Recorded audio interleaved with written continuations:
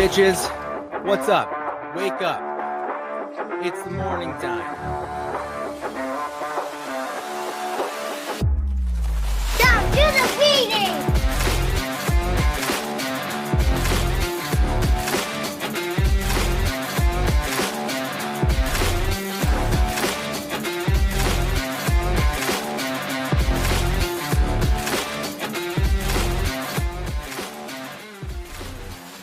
Good morning, good morning, good morning. What's up, everybody? How you doing? Jason. Good morning, Dominic. Good morning. Good morning, sir. Good morning, Chels. This is day 3 of Chels jumping on the show. She's back. Yeah. She will be missed when she ultimately leaves again. Good morning, Dan. I was up very early, and I got a nice little Facebook Messenger message from Chels. So it was very pleasant. So thank you, Chels. Much needed. Nice. That's awesome. Morning, MP. We had a very eventful weekend. Made it out in the snow yesterday, but Sunday was a wash. Made it 5 minutes, and my brother blew out his knee pushing my kiddos. Ouch.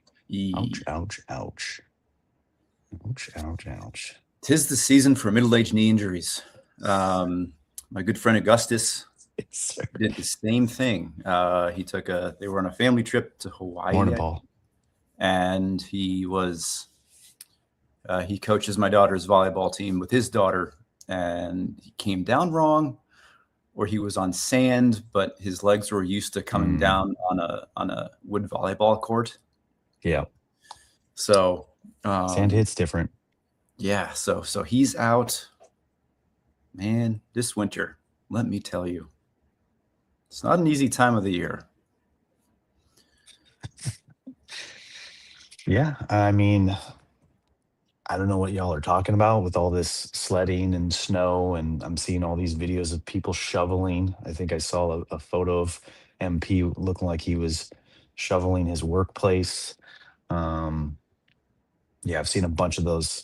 I love them.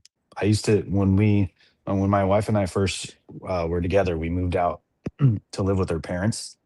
They lived in Lake Tahoe, and I remember the mornings shoveling and snow blowing. They lived on a private street, so we would actually have to like snow blow like almost an entire block just to get to like the main road to get out of there on some of those really heavy days at 3 or 4 a.m. It's not fun. No. Dom, you're in California, right? Yeah. Okay. So like what I've heard, you guys, you don't have streets. You guys have just boardwalks everywhere. So like imagine you're walking to work on the main boardwalk, and there's a truck that serves snow cones. That's what snow is in Colorado. It's just everywhere, and it's not flavored. Wait, so you could just get a snow cone on the side of the road whenever you want. Yeah, just forest fires and snow cones. That's what I hear. The Sunshine State is known for these days. But yeah, it's cold. It's chilly. I'm in my 3rd day of insulated brown pants. I have no shame. I'm wearing my flannel. I made decaf coffee this morning. Why? What was the choice behind that? Because I didn't know it was an accident. It was an accident. Why do you even have decaf coffee? That never made any sense to me. I think we had it. I think we had it for Thanksgiving for like after dinner, but we never made it. I mean, it tastes good, and so then it's like I reroute my thinking. Like, okay, well, hey, maybe some less caffeine is good because you're gonna end up having 2 Celsius anyway. So yeah. So I don't understand the thinking behind that, because if you really wanted something coffee flavored like later in the evening, just hit up some like coffee flavored liqueur or, some sort of, I don't know. Coffee's not my thing, so I don't know, but good morning, Carfishing. How you doing? Time for extra Celsius. Yeah, take a powdered one and pour it in a Celsius. Extra Celsius. That's just my regular amount of Celsius is extra. I was listening to a podcast this morning where the guy said 3 to 5 cups of coffee is very good for you. So Yeah, I'm sure MP's on board with that one. back in the 90s, I think it caused cancer. And then eggs Yeah. were healthy. And then eggs Yeah. caused cancer. And now they're healthy again. Thank God for Ryan. But yeah, decaf, why? It's like tofu bacon. It's like if you want Boarding the bacon, peaks. just eat the bacon. Why do you have to make it taste like our food if it's so bad for you? You know? 3 to 5 pots of Even coffee. No, no one. So I falsely led you guys into believing that Ryan Turner was gonna do an afternoon show yesterday, but I failed to remember how ornery that guy is on his birthday. Like oh he didn't yeah. even text us back. Like I don't know if he texted you back, his brother, but he didn't even text us back in our best friends slash daily dads chat group until like probably his bedtime. He was like, he doesn't like birthdays. So I should have known that he wasn't gonna. But that doesn't mean that we can't all raid his show today and sing him happy birthday. Ooh, he's gonna rage quit you fast. Part of me, like I had a couple meetings that went wrong, but part of me was like, I'm kind of glad I didn't. I guess it would have been kind of cool, but also kind of awkward. But I was gonna go get a cake and some candles from the store and raid his 1 p.m. show yesterday, and do it Jason style and light up a cake and then eat it in front of him. But I'm kind of glad I didn't. But did you have a blowtorch? And was it 3 milks? Was it a 3 milk cake? I didn't actually get a cake, sir. And no, I don't have a blowtorch. Not on me. I think I have one maybe at home. Well, hey, I'm glad we got to sing it and celebrate it. He Tres did watch it. Celsius. He did respond to it. Yeah, I clipped it Trace. and sent it to him, and he was appreciative of the love. I'm sure he'll be back today on socials, saying thank you to people. But yeah, I've noticed this the past couple of years. He disappears from social and texting on his birthday. A lot of times he goes Mhm. camping. That was always his ritual, or maybe that's his anniversary. Good Uh, morning, Caitlin. I'm impressed at the amount he does. He does more camping in New York than we do out here in Colorado. And I'm really happy. It does make me really glad that he does do that. Um, Yeah. yeah, I've had very little attention for social media. I was up really, really, really early, probably too early, and like I downloaded Facebook and Instagram for like 10 minutes and immediately just got uh, overwhelmed and uninterested in checking because it's like it's all about ice and and all the news stories that I read, nothing made me feel better, and I think I got maybe one actual friend update, and I'm like, Yep. so I don't even know why I keep them. I It's only really do just it. for I you like guys. It's just in those apps. I only use the stories now because I feel like if you scroll the feed, it's 75 or more percent ads and whatever they're trying to push to you. And then, like you said, you're not getting your actual friend update like you used to. So it's like if you just scroll through the stories, that's where you're most. Damn it, Chels. Day 3. We're back to this. you gotta turn off your notifications. Chelsea's still staring at the dots in our message. I mean, you I'm pretty left sure Twitter completely, I'm man. pretty sure Dom just makes that his default response is the animated GIF of the 3 dots, just to Yeah, keep us all on the edge of our I seats. do. I do. No, I don't. But yeah, let's get that awkwardness behind us. Still love you, Dom. Even though nothing. I just love you. That's it. Okay. That's it. That's all I'm gonna say Thank today. you. I was like, I won't wait, have a where's cake this for you. going? Yeah. That's it. January 27th.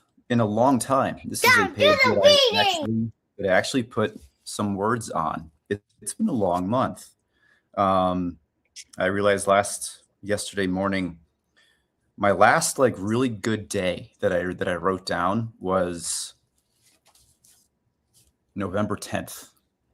And since then, it's been kind of just a mishmash of ill-managed spinning plates, back injuries, neck injuries, and inconsistent sleep. Sunday was good. Sunday was like my good, like the first day where I was like on top of stuff as best as I could be. So I'm trying to keep that momentum today. We'll see how it goes. And now we have another weird 2 weeks coming up with conferences, which blows my energy out of the water. So Why so soon? it's rough. We do it twice a year. This is for like the second half of the year. Okay. For like the second quarter. So yeah, the plates keep on spinning. Yeah. So all right. So tell me what you wrote. Tell me what. I already closed my book before. So today's page, you can be a parent anywhere. And I remember this page last year because it immediately referenced teaching and parenting together. Those are the pages that I always connect with pretty well. Because there's always teaching moments, there's always parenting moments, and in a classroom, those often intertwine. Yes. What did I write? I wrote, parenting and teaching feed each other. Do I ever contradict parents of my students? Do I ever fill the role of parent for students? Oh. Yeah, that's a good point. And then I wrote down initials of a student. Oh, no, that's the name. There was one student, I think this was like 4 years ago, where it was like the last day of the school and we were signing yearbooks, not a big talker. I had her most of the year and she was like, "You're like the dad I never had." And I was like,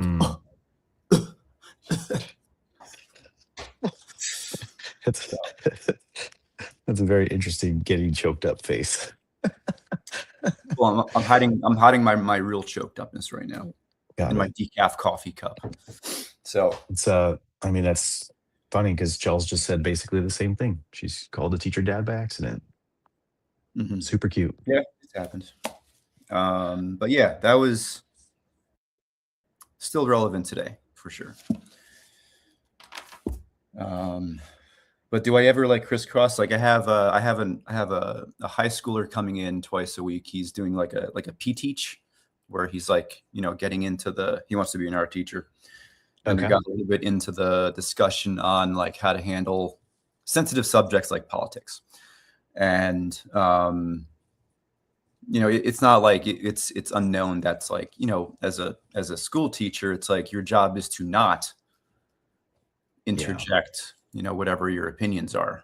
I mean, you can dance around it in a responsible way. But it's like when you hear things from kids that maybe you disagree with, it's really important to remember that, like, it's probably not from them. It's probably from home. And it's like, that's like, yeah, they're in my room for most of the day or they're in school for most of the day, but like parents come first and, however the parents conduct the home life, should be most important. So it's been a good experience to share some of my 13 years of knowledge. Good little reflection point. We're on the reading, David. Good morning. I always wonder about that, like how teachers are taught or how they, like what the general consensus is, because like in my family, like we're not very political at all. And like we keep a lot of that stuff just away. And my kids still come home saying stuff about the landscape of the day, the world. And I always wonder like where that's coming from, because it's not coming from us. So it's either other students or it's teachers, because this is the only place they go. The only times where it gets spicy, thanks, Chels. The only times where it gets spicy is where it's like, if I were to describe in a few words, like what middle school opinions are, it's like, I mean, it's basically the headlines. You're not going to get into really detailed discussions about about fiscal policy in a 7th grade ceramics class at 8 o'clock in the morning. It's 9 o'clock in the morning. You know, it's like unless you've all had your coffee. Yeah, it's like it's what they catch on the TikTokers and the Facey Spaceys and those things. Like I remember, it was last year, the year before that, it was like an 8th grader. You know, the table was having somewhat of a productive conversation, and then, you know, one student just went, "Biden sucks," and like, who? Morning, Brian. Do I step in here or I let it go? But like, you know, there's no reasoning. There's very little space for reasoning. It's like, you know, I'm not going to stand there and, you know, guide their opinion while 20 other kids are doing their thing. You know, it's like, if on the off chance that those discussions get heated, it is kind of a task to verbalize that, hey, this topic right now is not productive. In like the nicest teacher way possible. Yeah. You know? Yeah, it's an adventure for sure. I don't always have the answer.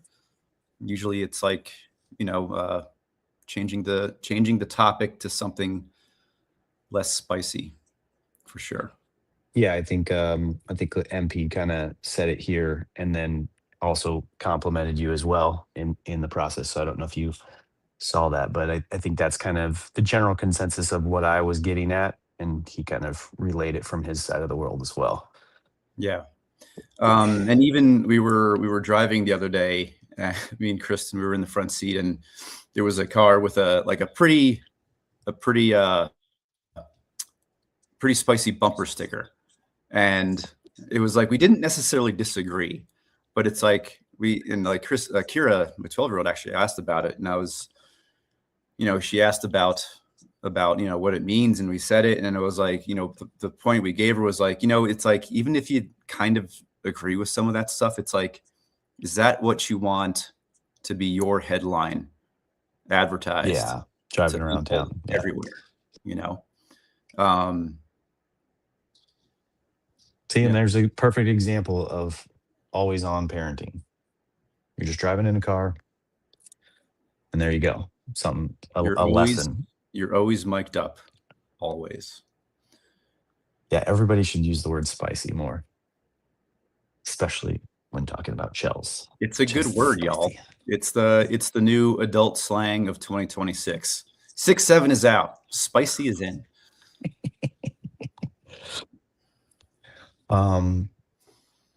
Yeah, always on. I mean, I like your perspective, obviously, being a teacher. Like you have it more than others. Like I go to work and it's a little different. So I think the way that I related it to is like I can find ways of teaching or lessons in even my everyday life. Like even though I go to work and I'm away from my kids, like I'm still walking and talking with people who are all parents or are all someone's child.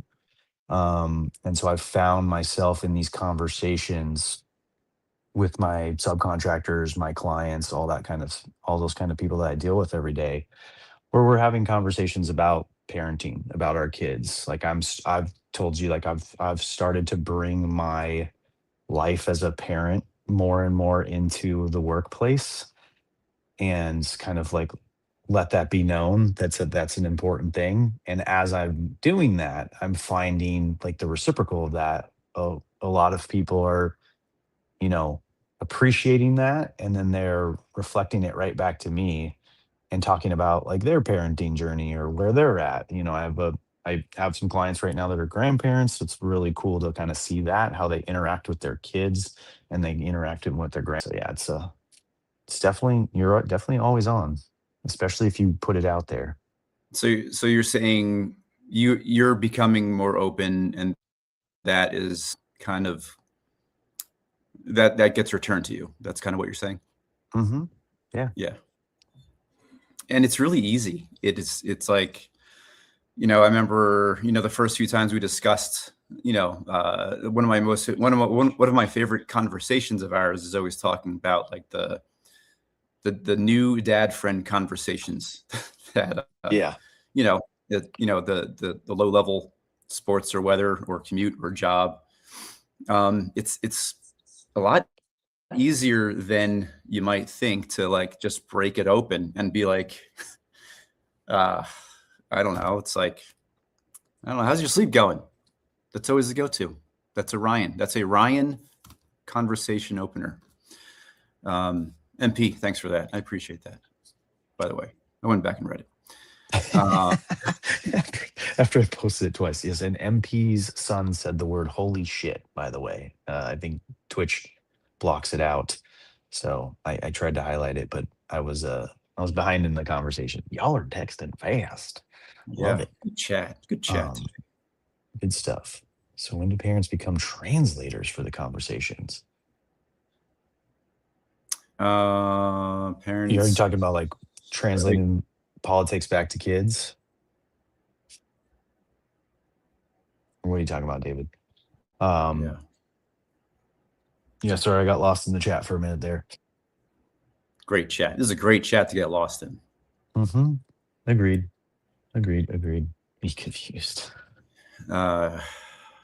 Translators for the conversations. When do the parents become the translators? Before.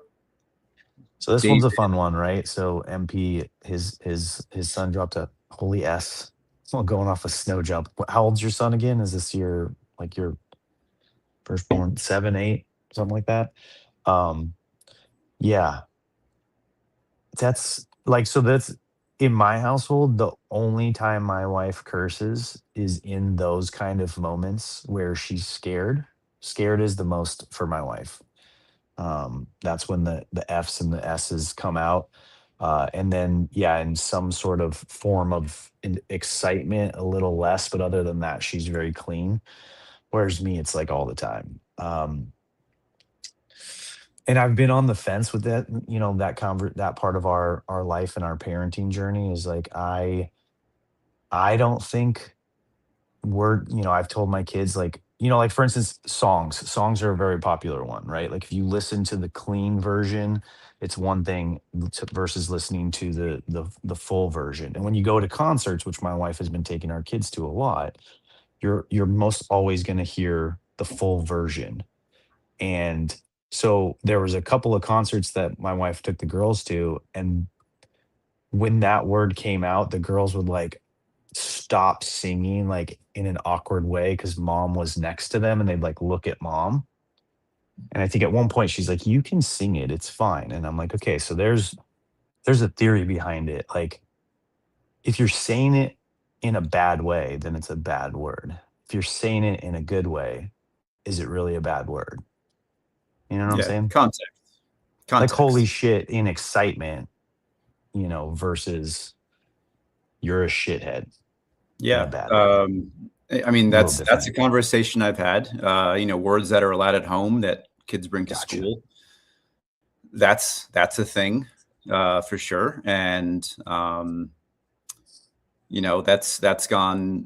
that conversation has gone the way of, well, we don't say it here, super straightforward, to, well, is your parents teaching the class? Super sarcastic.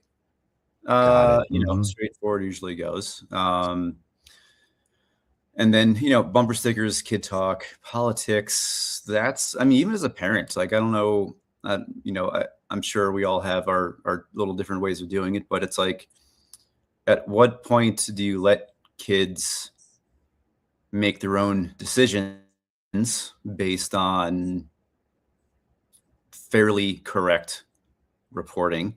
And when do you step in and be like, yeah, that's actually not correct? Yeah. That's something it's not that I struggle with it. It's just like, I don't want them to be a mirror image of me and Kristen just because we're the parents, Mm-hmm. And it hasn't happened yet. And I'm sure it's happened with people and some of us here where it's like, they get older and they form their own opinions and they might be totally conflicting with yours. How do you handle that? in a way that keeps Thanksgiving together every year. You can't ask me that because I don't do Thanksgiving every year with my family. Yeah. Well, I mean, neither do It's I, but funny enough, it's not for political reasons, but yeah. But I mean, um, like Ryan goes to Staten Island every Thanksgiving, I think, and my mom and dad go up there. That gets a little bit spicy, I hear. So, and spicy. Ryan's talked about his Nerf gun trick of politics gun. Does he actually we bring a decided Nerf gun though? Say it again. Does he actually bring a Nerf gun and shoot people? It was like a few years ago when he started doing it, and then I think this year we put a stamp on it because it's like what's a worse way of eliminating political discussion than bringing a gun to dinner. So I just imagine I just imagine the escalation of it. Like, okay, he brings it one year, and then the next year, like, someone else at the table brings one. But then, like, the next year, like, Ryan brings a bigger one. I'm just like, after like 10 years, it's like you come in strapped like Rambo, and it's like we're not even eating dinner. We're just going. Like we're just like Ryan's in a or like Ryan's in a ghillie suit and he's actually just been hiding in the backyard for weeks, just waiting for the moment, and he just picks people off. Like, I don't know. Just that's how I imagine that escalating. At what point during dinner does he sit there staring at his conversation partner with his Nerf gun cocked? Yeah. Just like ready. So I mean, like MP said, like we've had some epic Nerf gun fights. We had to take them away because, again, that's when my wife really says the curse words, when a bullet goes flying across her her This face. is not a bro chat, Chels. This is a can be, parent Chels. chat that sometimes has Nerf guns. And go-ons in it. And Nerf guns have very bright colors that are not boy-based or girl-based. They're all perfect new baby colors. New baby colors. That would be an interesting baby shower gift. You saw that on the registry. Or even if it wasn't just on the registry, just like the next baby shower you go to, just give like, a 3-pack of guns, like a mom, a dad, and a baby gun. All right, that's what I'm sending Caitlin and Caesar for their baby shower gift. She's not on here, so she won't know. In case you have twins, here's the Akimbo edition. Yeah. So, well, that conversation went many ways, but I'm grateful for it. Chat, grateful for you today. Brought me up to a 7, so thank you. A 7? Yeah, it's just feeling a little bit rough. I mean, I guess we had a low start because you picked decaf coffee, so you were probably at a 3 when you came on here. Yeah, but maybe this is the placebo effect here, but I am feeling just a little bit more, a little mellow, a little more steady. We'll try it again tomorrow, maybe, if I'm feeling like punishing myself. But we talked about Nerf guns, so let's call it an 8.5. Yeah. Chels, if you ever want this show to go longer, the easiest way is to just jump up and carry the conversation into an hour. But, I don't know if you're ready for that yet. Breakfast be damned. Twins pinging around in the background, those little curly-haired cuties. But yeah, all right. My time's up. Appreciate you. I gotta go. Have a great day. Talk to y'all later. Bye. Love you all. What's up, bitches? What's up? Wake up. It's the morning time.